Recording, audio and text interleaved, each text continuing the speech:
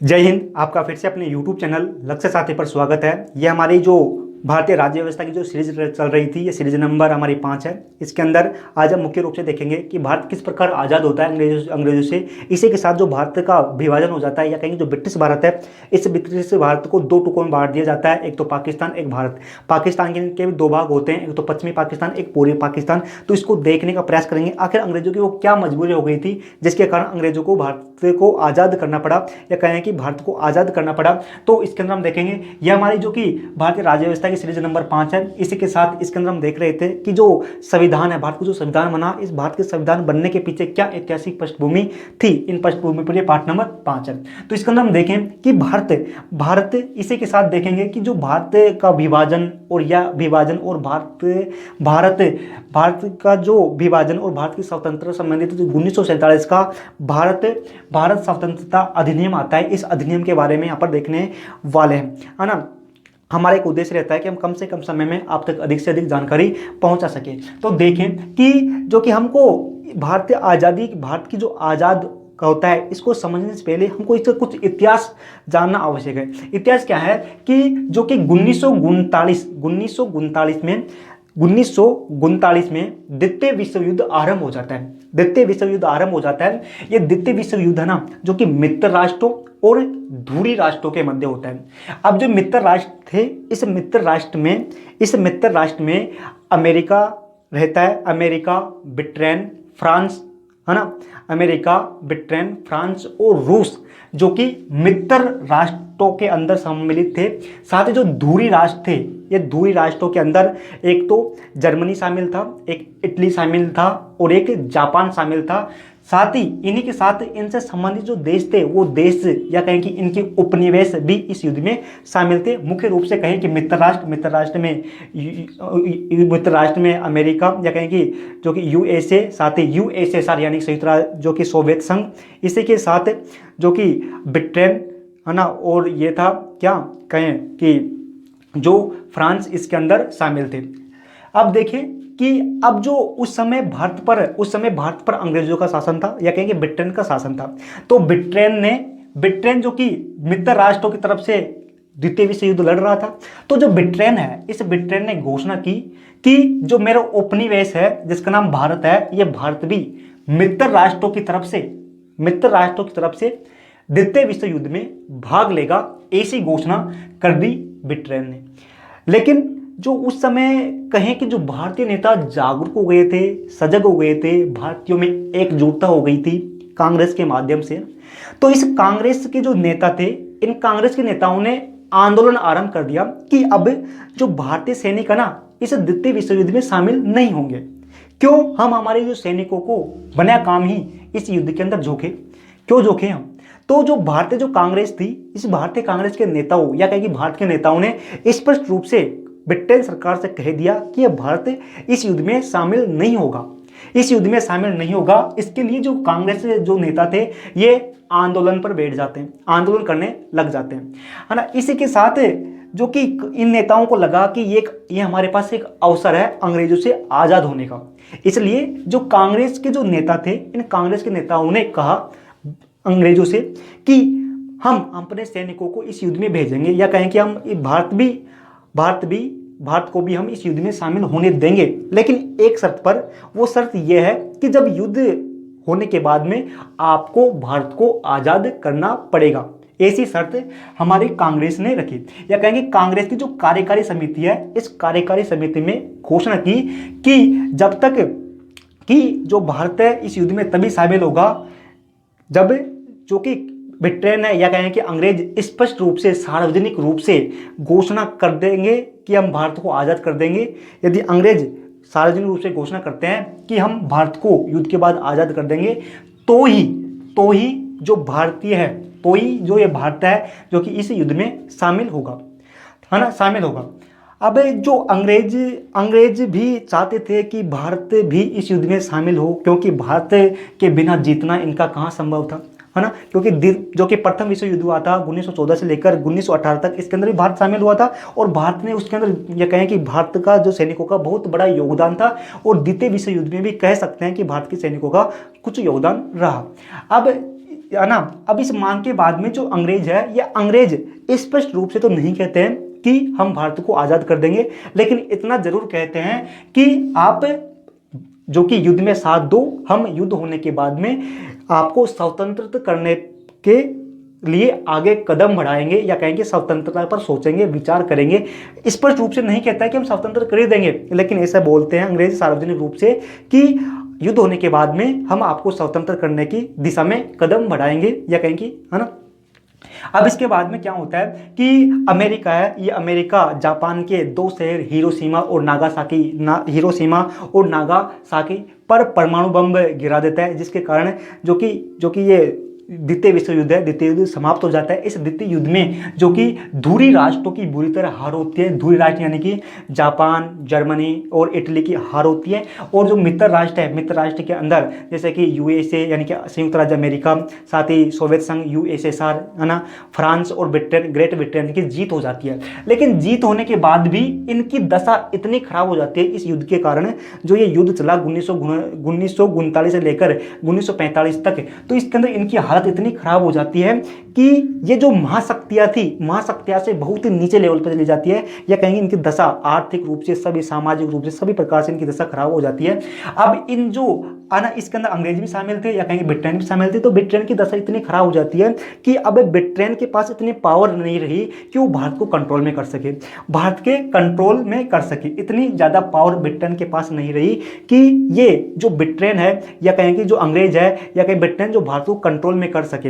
अब इसी समय क्या हुआ, इसी समय जो भारत है, इस भारत के जो नेता थे, ये नेता जो कि अहिंसक आंदोलन कर रहे थे, है ना, जो कांग्रेस के नेता थे, ये अहिंसक आंदोलन कर रहे थे कि हमको आजाद करो, हमको आजाद करो। इसी के साथ कहें कि जो क्रांतिकारी नेता थे, क्रांतिकारी नेता जैसे कि हम कह सकते हैं कि सुभाष चंद्र बोस, ये भी अपनी रेजिमेंट, या कहें कि जो कि इनकी आर्मी थी, इन आर्मी के द्वारा जो कि अहिंसक कार्रवाई कर रहे थे। कहने का मतलब है कि इस समय युद्ध के बाद जो कि भारत के अंदर अंग्रेजों के खिलाफ जो कि हिंसक और अहिंसक दोनों प्रकार से बहुत भयंकर इन पर हमला हुए, यानी कह सकते हैं कि अंग्रेजों पर इस समय जो कि हिंसक और अहिंसक आंदोलन हुए। अबे अंग्रेजों के पास इतनी क्षमता नहीं रही कि अंग्रेज भारत पर अपना जो कि प्रभुत्व बनाए रखे, या कहें कि भारत को ये नियंत्रण में कर सके। अब ये ऐसा नहीं कर पा रहे थे कि ये एक भारतीय, इनका गुलामी तो था उस समय, अंग्रेजों का भारत एक उपनिवेश ही था, और उस समय ब्रिटेन जो कि महाशक्ति हुआ करती थी। तो अब जो ब्रिटेन है ना, जो कि इस भारत पर कंट्रोल नहीं कर पा रही थी, जिसके कारण जो ब्रिटेन है, इस ब्रिटेन की विश्व बिरादरी में निंदा हो रही थी कि आप कोई जो एक अर्धविकसित जो राष्ट्र है, जो आपका गुलाम है, वही आपसे नहीं संभल रहा है, वही उनको आप काबू में नहीं कर सकते। इसके कारण जो ब्रिटेन, इस ब्रिटेन की विश्व बिरादरी में कहीं ना कहीं जो कि इसके आत्मसम्मान को ठेस पहुंच रही थी। और इस समय जो कि कह सकते हैं कि इस समय जो कि भारत के अंदर जो आंदोलनकारी बहुत ही क्रूर अवस्था में थे, क्रूर अवस्था में आंदोलन कर रहे थे। अब इसके कारण क्या होता है कि जो ब्रिटेन का प्रधानमंत्री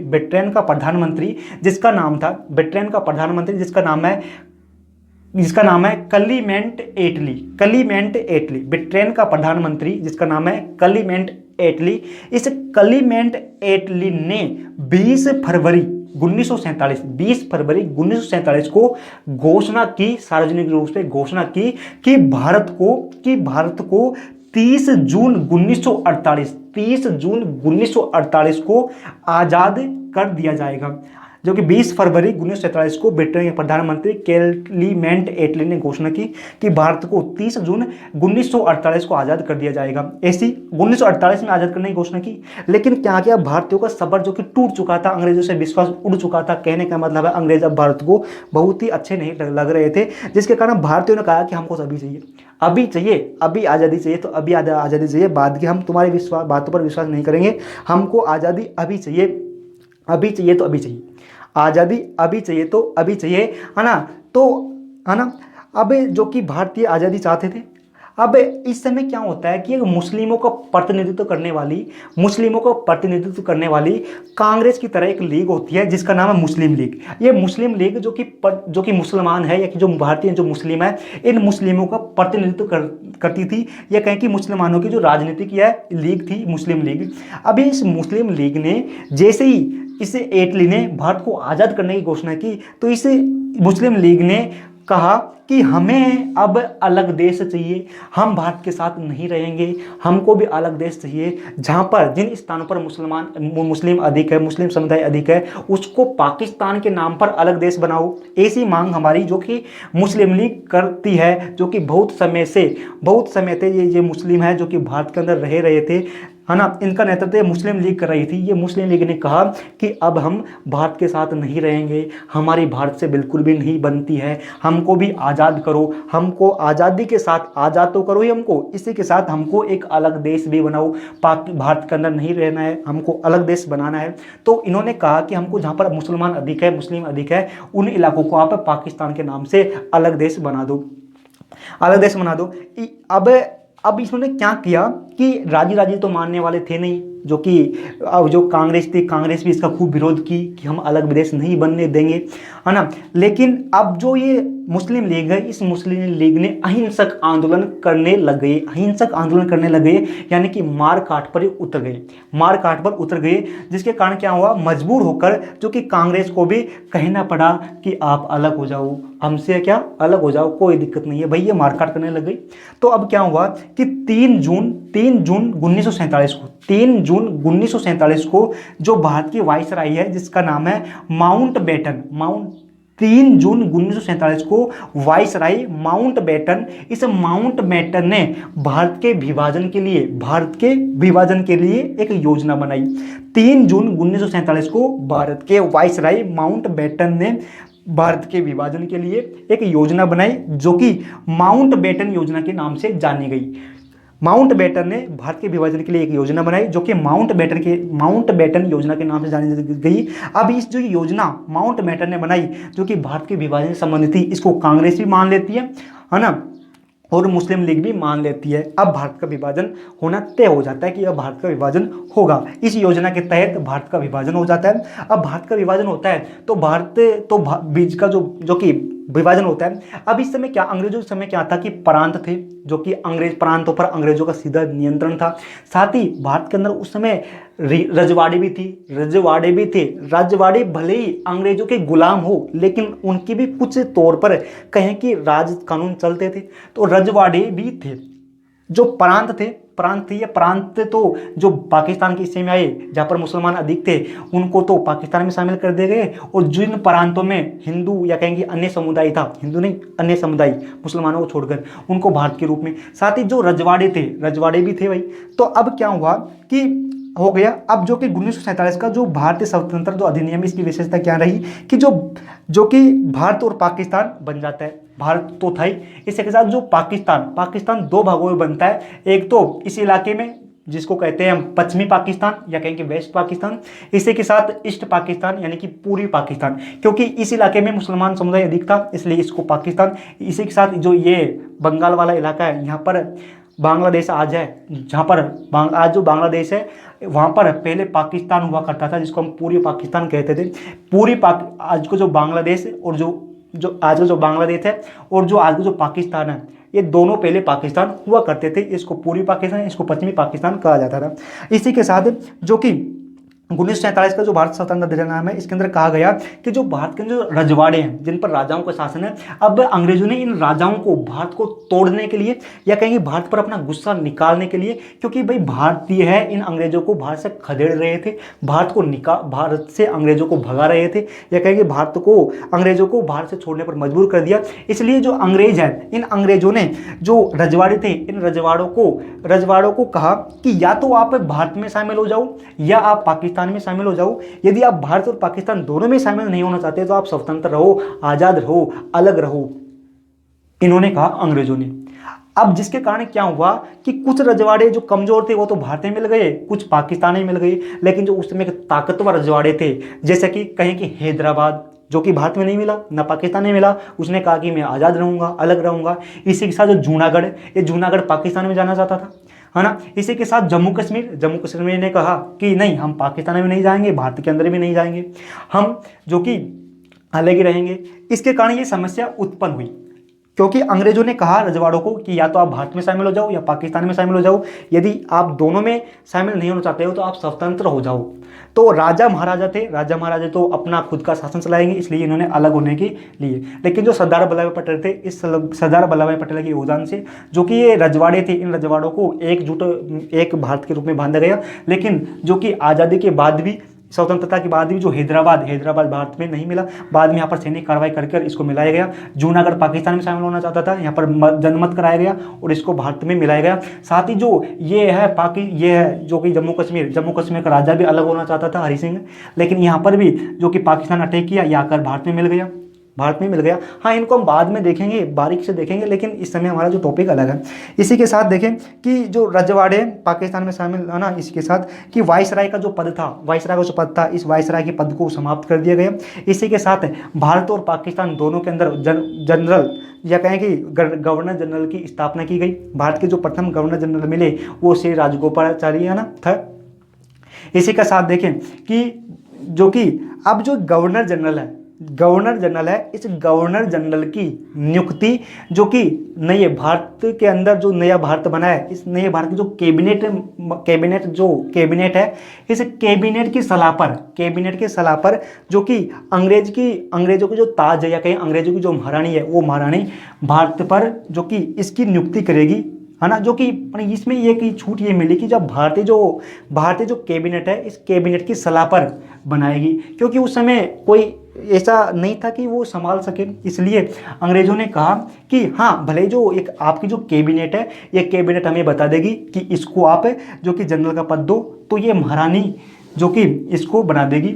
इसी के साथ देखें कि इसी के अंदर कि जो दोनों देश थे भारत और पाकिस्तान, इस भारत और पाकिस्तान के अंदर संविधान सभा भारत और पाकिस्तान के अंदर संविधान सभा बनाई गई। अब इस संविधान सभा को अधिकार दिया गया कि आप किसी भी देश के कानून को अपना सकते हैं, किसी देश के कानून ले सकते हैं, या कहेंगे किसी भी देश के संविधान को अपनाने की अनुमति दी गई।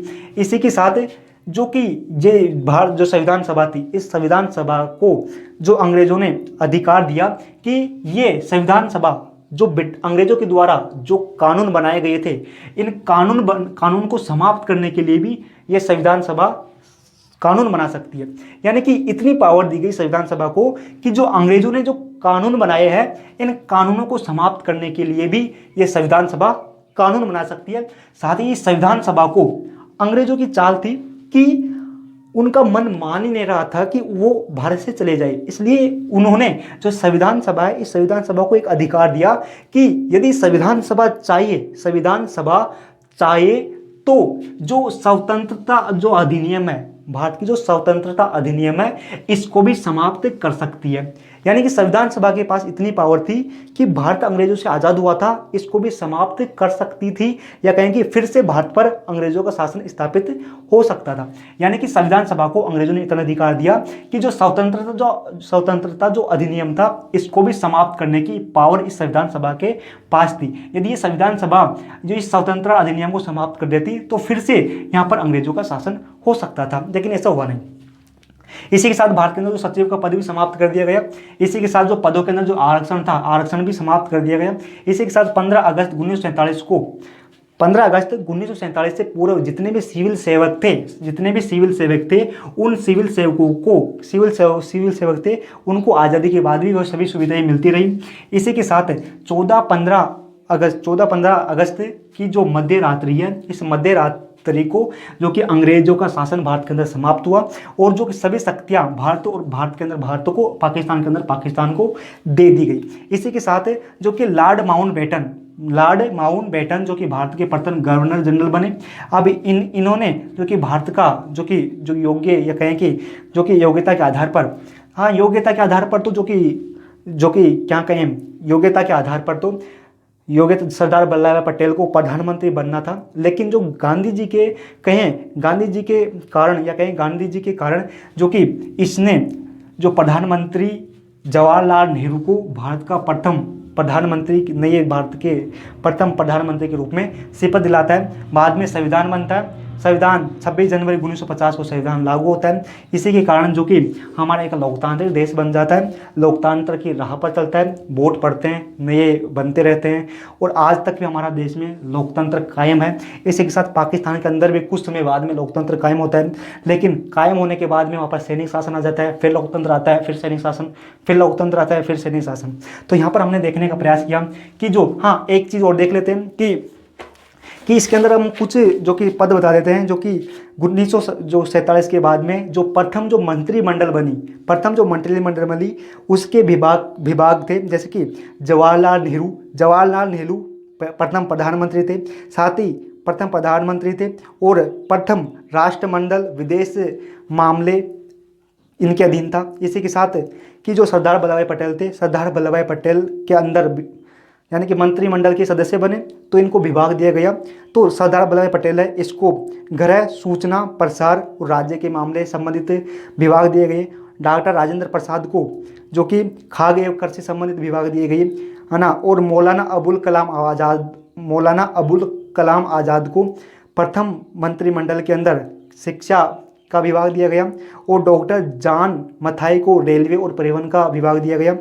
इसी के साथ आर के पशुगुट सेट्टी को वित्त विभाग दिया गया। डॉक्टर BR अम्बेडकर को विधि विभाग दिया गया। इसी के साथ जगजीवन राम को श्रम विभाग दिया गया। सरदार बलदेव सिन्हा को रक्षा विभाग दिया गया, है ना। और राजकुमारी अमृता कौर, महिला थी राजकुमारी अमृता कौर, तो प्रथम मंत्रिमंडल में इसको जो कि स्वास्थ्य विभाग दिया गया। इसी के साथ CH भाभा को वाणिज्य विभाग दिया गया। रफीम अहमद किरदई को संचार विभाग दिया गया। डॉक्टर श्याम प्रसाद मुखर्जी को उद्योग आपूर्ति का विभाग दिया गया। साथ ही नहर विष्णु गाडिया को कार्य, खान और ऊर्जा का विभाग दिया गया। जो हमने बताया ना, इसको नोट्स के रूप में हम इस वीडियो के टेलीग्राम चैनल पर ये और जो हमने बताया, ये जो कि प्रथम स्वतंत्र भारत की प्रथम मंत्रिमंडल जो 1947 में बनी थी, इसके जो कि पहले जो कि किस किस को कौन कौन से विभाग दिया, ये सभी नोट्स के रूप में टेलीग्राम